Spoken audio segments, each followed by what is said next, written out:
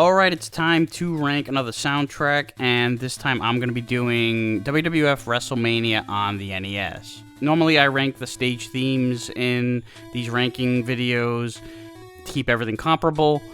In this game there are no stages, but what I am going to be doing is ranking the 6 themes that are representing each of the 6 wrestlers in the game, and they also correspond to their entrance themes when they come out to the ring.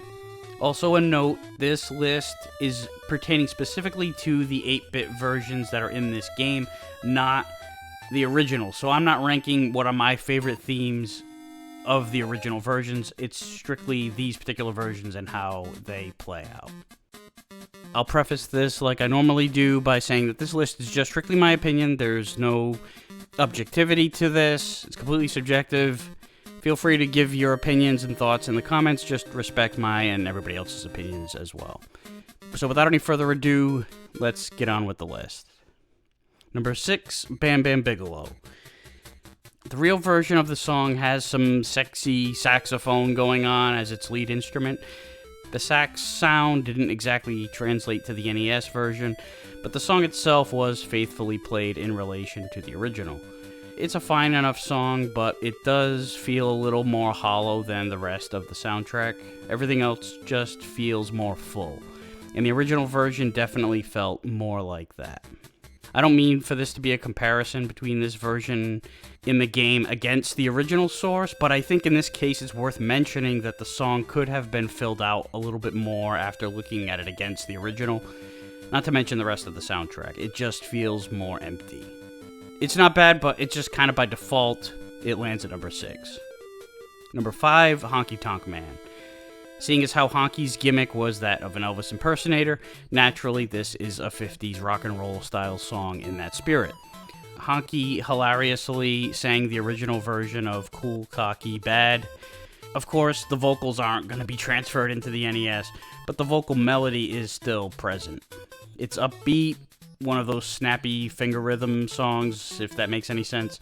It borrows from the formula of Rock Around the Clock, so not the most unpredictable song in the world, but it isn't supposed to be. Number 4, Andre the Giant.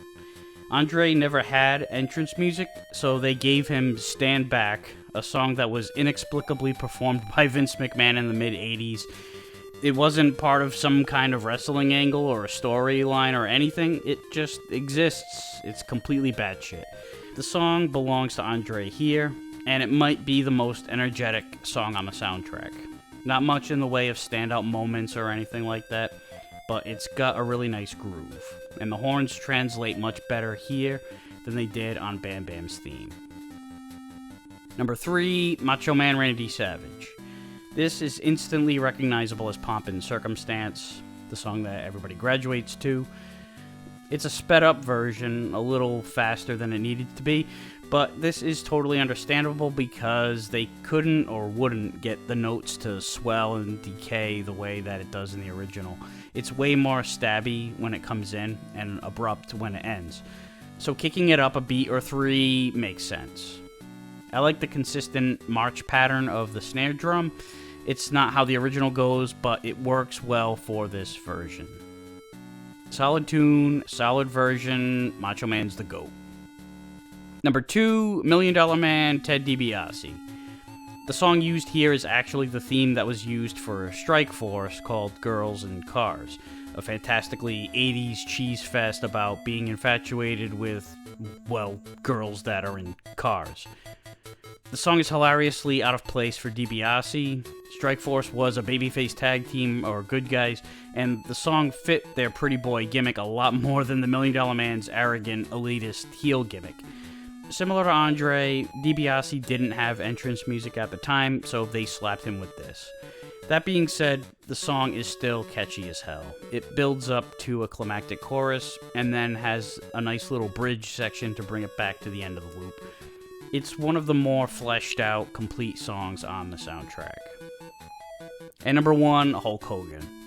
Wrestling themes don't get much more iconic than Real American by Rick Derringer, and this is a very solid version of it. It's just a straightforward toe tapper from start to finish. It doesn't take its time or fuck around. It's just a head-on rocker. I'm not sure what that shrieky sound during the pre-chorus is all about, but it doesn't detract anything. Just kind of an odd anomaly. Nothing crazy going on in this song. Unfortunately, it doesn't include the solo.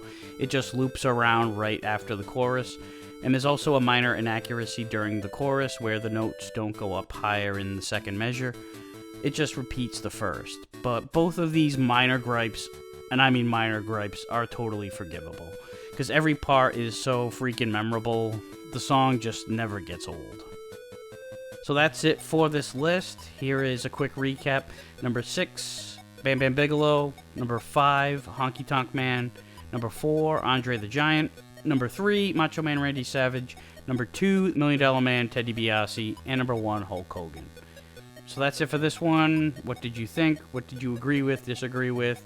Feel free to leave your thoughts and comments in the comments. Thank you for watching, and I'll see you next time.